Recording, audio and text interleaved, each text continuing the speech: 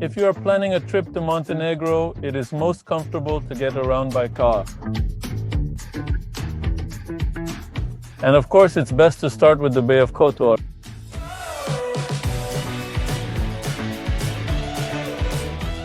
And today we will show you what you can see in one day by car.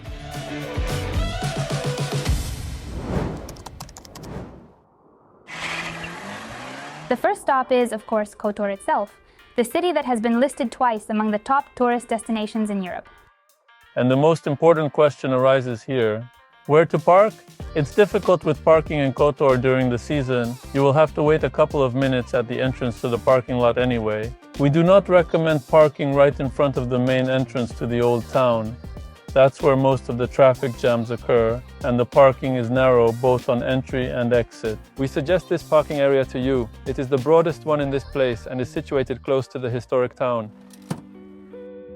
Kotor is the crown jewel of Montenegro's coast and a rightful part of the UNESCO World Heritage Site. This medieval masterpiece has been frozen in time, its ancient stone walls, winding alleys and stately palazzi transporting you back centuries, but with the added charm of souvenir shops and cozy restaurants. Wandering the streets of Kotor, you can't help but notice the unmistakable Venetian influences.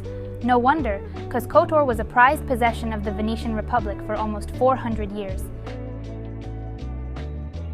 The main inhabitants of the city are cats. They are everywhere and truly enjoy the Mediterranean life. If you want to feed them, there is even a special vending machine with food here. Or you can simply buy a souvenir. In Kotor, part of the income goes towards taking care of the street cats. The city walls stretch for 4.5 kilometers and climb up the mountain to 280 meters. For 15 euros, anyone can make the ascent to the ancient fortress. The round-trip journey, especially in the midday heat, will take an hour and a half, but we know where a more epic view opens up and plan to catch the sunset there.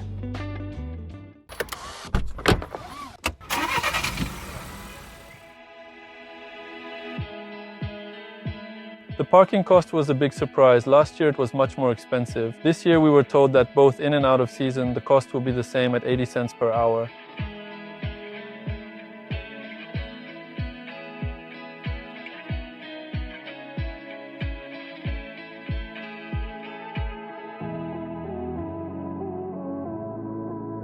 Just 10 minutes away from Hotor, there is a small town called Prčanj, which is known for its Virgin Mary temple.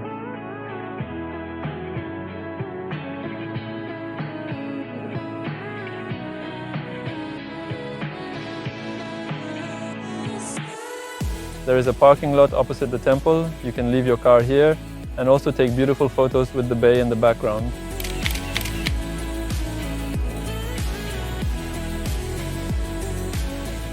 Driving along the bay is a pleasure in itself. The views that open up are stunning.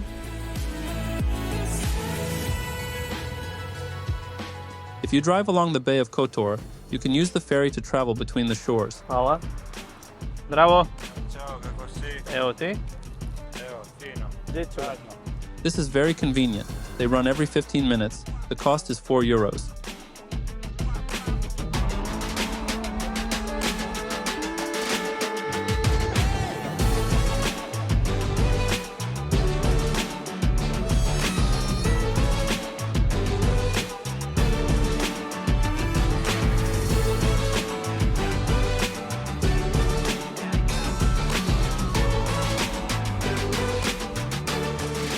If you get hungry, not far from the Ferry Harbour, there is a restaurant with a panoramic view, a wonderful place.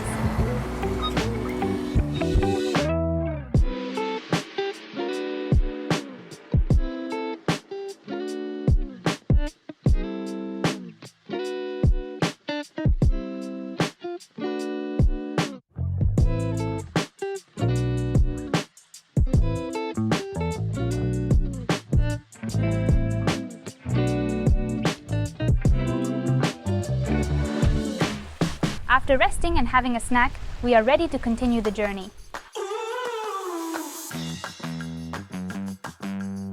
On the way to Perast, if you deviate slightly from the route, you can come across an excellent viewpoint. See for yourself.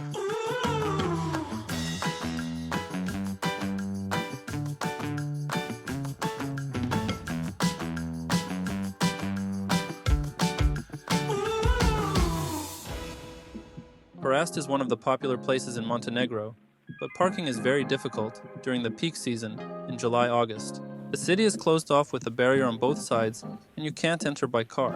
The parking fee is 15 euros, but this city is worth it. We will show you why.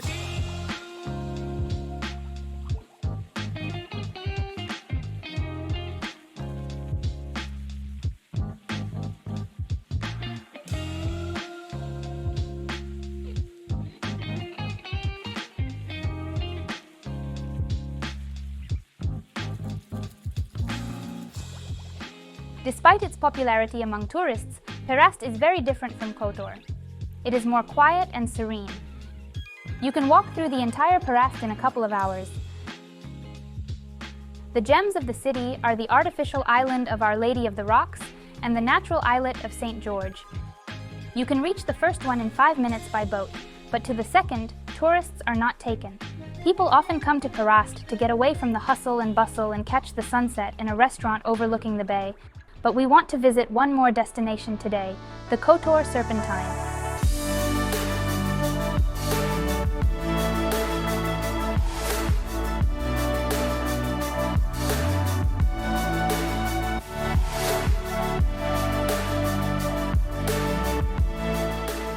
The Kotor Serpentine is not meant for fast driving.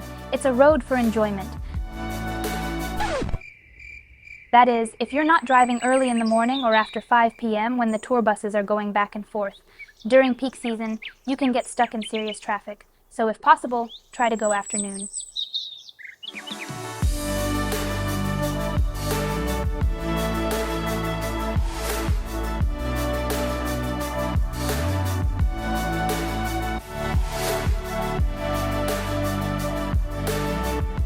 The Serpentine winds all the way up to the Lovćen National Park, but that's a story for another video.